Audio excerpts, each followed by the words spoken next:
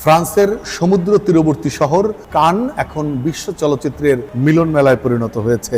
বিশ্বের অন্যতম মর্যাদাপূর্ণ কান ফিল্ম ফেস্টিভ্যালে সিনেমার পাশাপাশি আয়োজিত হচ্ছে প্রামাণ্য চিত্রভিত্তিক আন্তর্জাতিক প্ল্যাটফর্ম কানস ডক। সেই আয়োজনে এবার নিজেদের গল্প, স্মৃতি, সংকট ও সমাজ বাস্তবতার চলচ্চিত্র নিয়ে অংশ নিয়েছেন বাংলাদেশের 4 নির্মাতা কাজী আরেফিন আহমেদ, চিত্ত আনন্দী, এস.এম. কামরুল আহসান এবং সুমন দেলোয়ার। ফরাসি সাংস্কৃতিক ও সৃজনশীল শিল্প কর্মসূচি PICCর পৃষ্ঠপোষকতায় পরিচালিত এই উদ্যোগে নেতৃত্ব দিচ্ছেন ব্রুনো লাক্রাম। আয়োজনে যুক্ত রয়েছে alias ফ্রাসের the Chittagong, বিসুবো art organisation এবং ফরাসি সাংস্কৃতিক ও সৃজনশীল শিল্প কর্মসূচি PICC।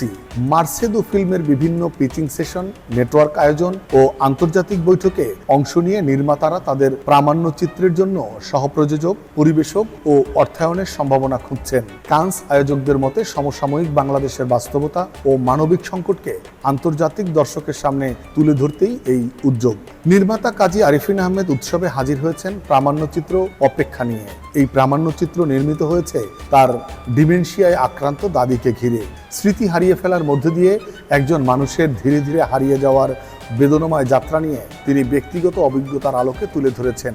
একই ভাবনার একটি স্বল্পদীর্ঘ চলচ্চিত্রের জন্য তিনি এর আগে আন্তর্জাতিক সমালোচক সংগঠন ফিপ্রেস্কি পুরস্কারও অর্জন করেছিলেন। অন্যদিকে সুমন দেলোয়ার কান উৎসবে হাজির হয়েছেন মাই কাজিন নিয়ে। এতে উঠে এসেছে HIV পজিটিভ হয়ে দেশে ফেরা এক প্রবাসী শ্রমিকের সামাজিক বঞ্চনা ও টিকে থাকার সংগ্রামের গল্প।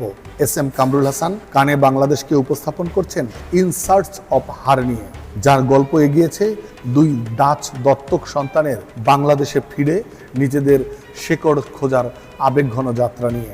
আর চিত্ত আনন্দী কানে blue colours from the frontline নিয়ে বাংলাদেশের উপস্থিতি জানান দিচ্ছেন। তার এই প্রজেক্টে উঠে এসেছে 3 প্রজন্মের নারীর শ্রম, সংগ্রাম ও বেঁচে থাকার লড়াই।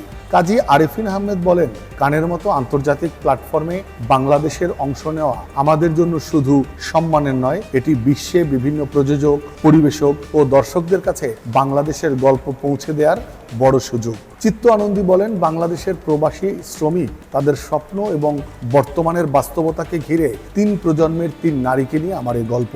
এটি মূলত বাংলাদেশেরই গল্প, তবে বাংলাদেশের হলেও দারুণভাবে এটি বৈশ্বিকও। এই গল্পকে আমরা বিশ্ব দরবারে দেখানোর সুযোগ পাচ্ছি।